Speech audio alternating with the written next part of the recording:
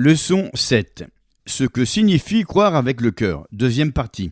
Écriture 2 Corinthiens 5, versets 1, 6 à 8. Proverbes chapitre 3, versets 5 à 7. Vérité fondamentale. Croire de tout cœur signifie croire avec l'esprit, indépendamment de l'intelligence ou du corps. Les choses spirituelles sont tout aussi réelles que les choses matérielles. Dieu est tout aussi réel que s'il avait un corps physique, bien qu'il n'en ait pas. Il est un être spirituel. Jésus a un corps physique à l'heure actuelle, un corps de chair et d'os, non pas de chair et de sang.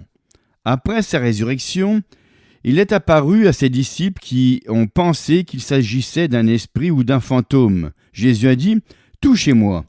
Un esprit n'a ni chair ni os. Luc 24, 39. Un autre jour, tandis que Pierre et certains autres disciples étaient en train de pêcher, ils aperçurent Jésus sur le rivage. Jésus appela les disciples, qui se dirigèrent vers lui et mangèrent le poisson qu'il avait fait cuire sur des charbons. Jésus a donc un corps physique maintenant, un corps ressuscité de chair et d'os. Cependant, le Saint-Esprit et Dieu le Père ont la même réalité, à nos yeux, que Jésus qui se trouve actuellement au ciel dans son corps physique. Remarquons que nous ne disons point que Dieu est esprit, mais qu'il est un être spirituel. Certains pensent que Dieu est une sorte d'influence impersonnelle, bien qu'il soit esprit. Cela ne veut pas dire qu'il n'ait pas de forme dans le domaine spirituel, car il en a une. Les anges sont des esprits, pourtant ils ont une forme, c'est-à-dire un corps spirituel. Le jour où les Israélites étaient encerclés par l'armée syrienne, le serviteur du prophète Élisée fut rempli de crainte en apercevant l'armée ennemie, avec tous ses chevaux et ses chars entourant la ville.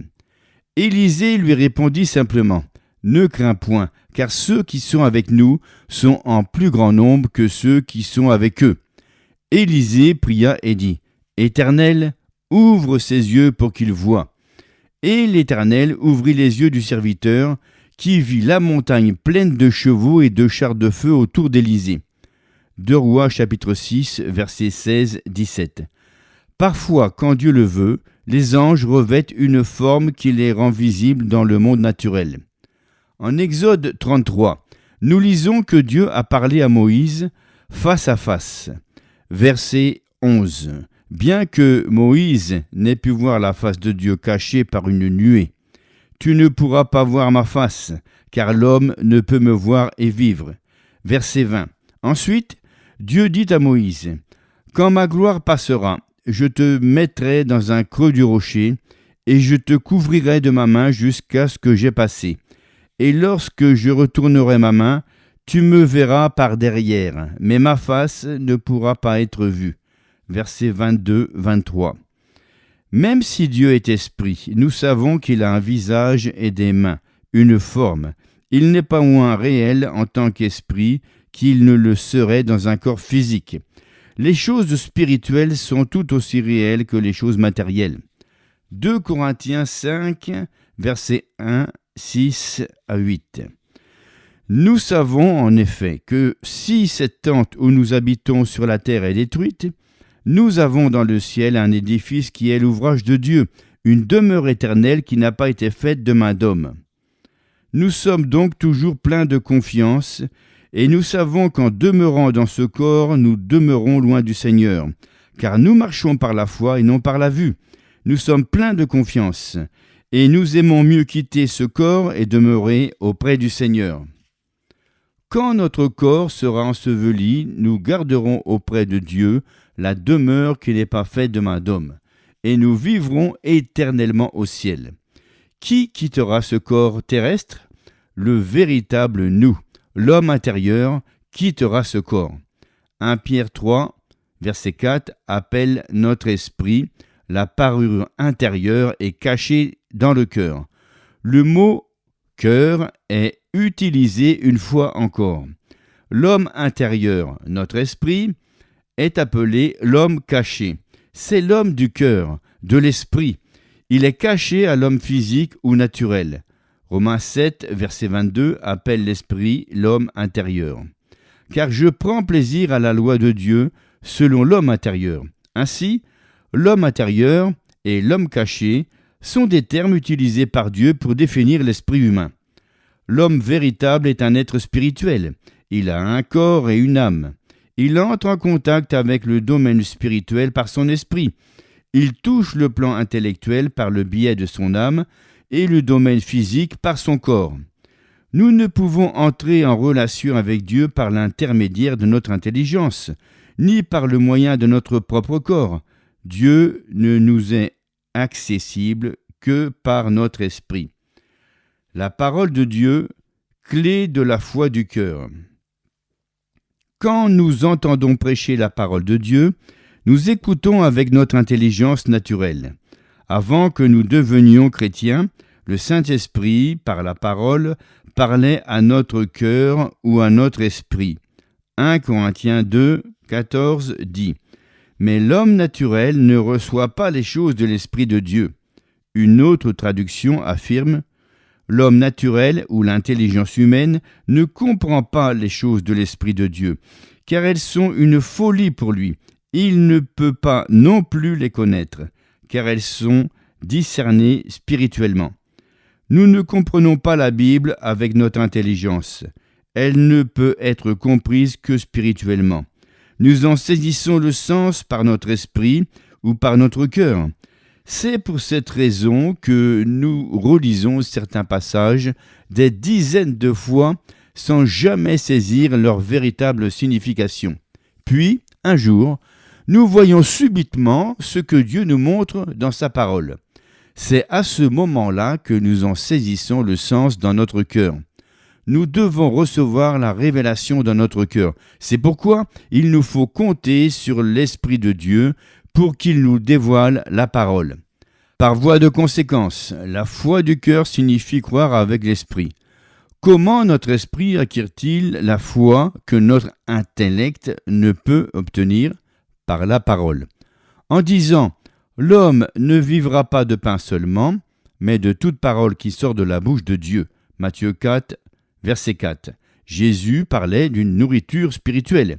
Il utilisait un terme naturel pour exprimer une idée spirituelle. Notre esprit se remplit d'assurance et de confiance quand nous méditons la parole, qui est la nourriture de l'esprit et de la foi. La parole de Dieu nourrit et fortifie notre esprit. La foi du cœur croit sans prendre en considération ce que notre corps physique ou nos sens naturels nous indiquent. L'homme naturel croit ce qu'il voit avec ses yeux de chair, ce qu'il entend avec ses oreilles physiques et ce qu'il ressent par le biais de ses sensations humaines. Par contre, l'esprit ou le cœur croit la parole de Dieu sans tenir compte de ce qu'il voit, entend ou ressent. Proverbe 3, versets 5 à 7. Confie-toi en l'Éternel de tout ton cœur et ne t'appuie pas sur ta sagesse. Reconnais-le dans toutes tes voies et il aplanira tes sentiers.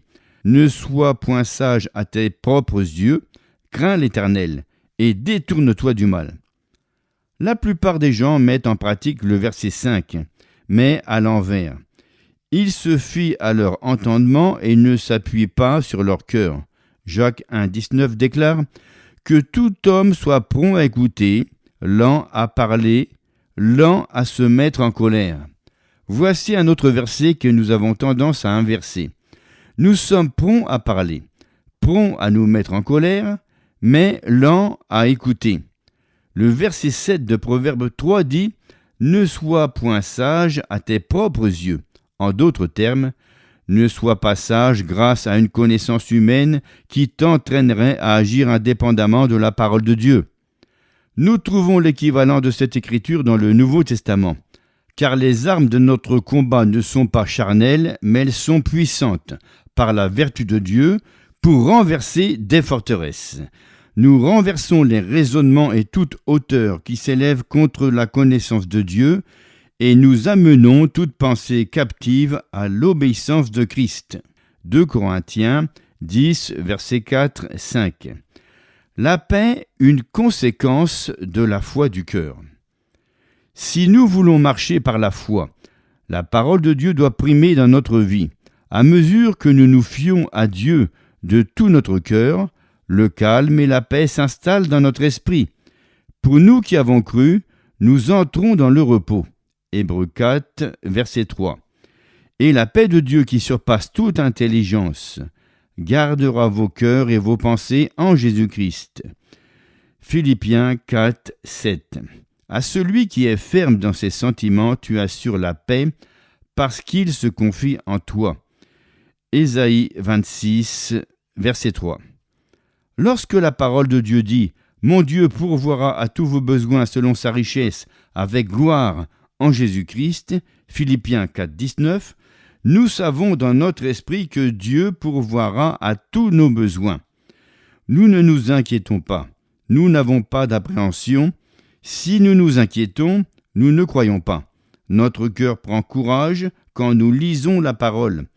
En méditant la parole, notre assurance augmente.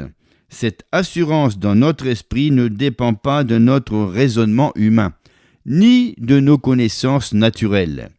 Elle peut même contredire le raisonnement humain ou l'évidence physique.